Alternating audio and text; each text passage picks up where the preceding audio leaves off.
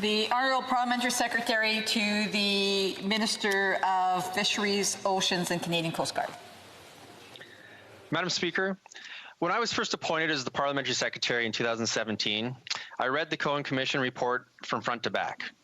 As a person who came to this House to improve the lives and opportunities of future generations, the issue of wild salmon immediately spoke to me as an opportunity to contribute to something that mattered to many British Columbians.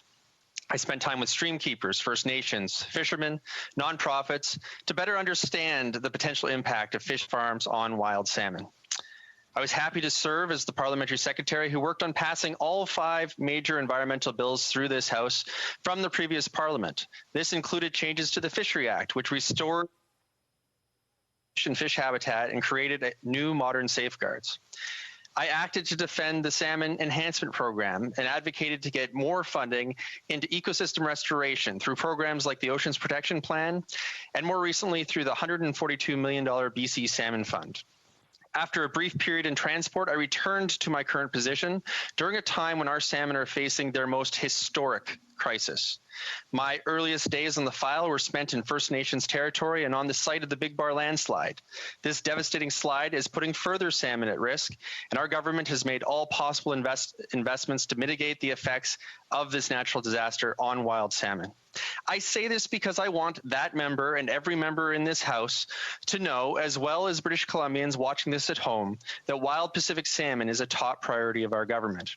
In the last election campaign, we promised to transition away from open net pen finfish aquaculture on the BC coast, and the minister is committed to delivering on that promise.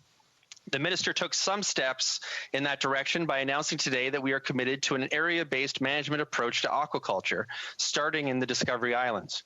I know that the member and others in British Columbia were hopeful that the announcement today was going to be an announcement to immediately withdraw the net pens in the Discovery Islands.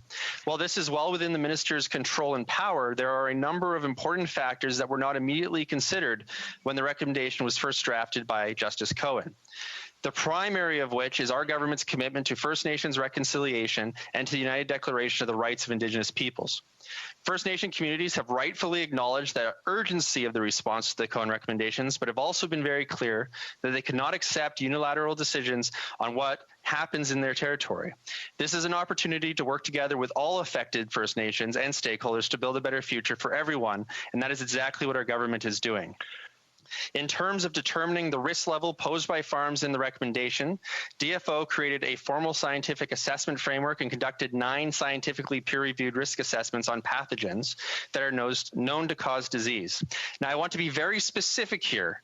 We are a government that takes science seriously, and it is important for anyone listening or reading this speech to hear the entirety of what I'm about to say.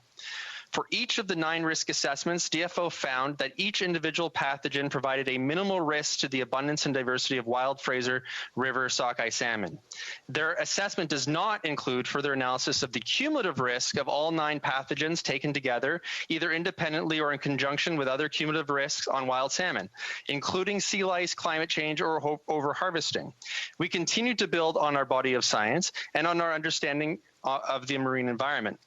This includes how we manage aquaculture.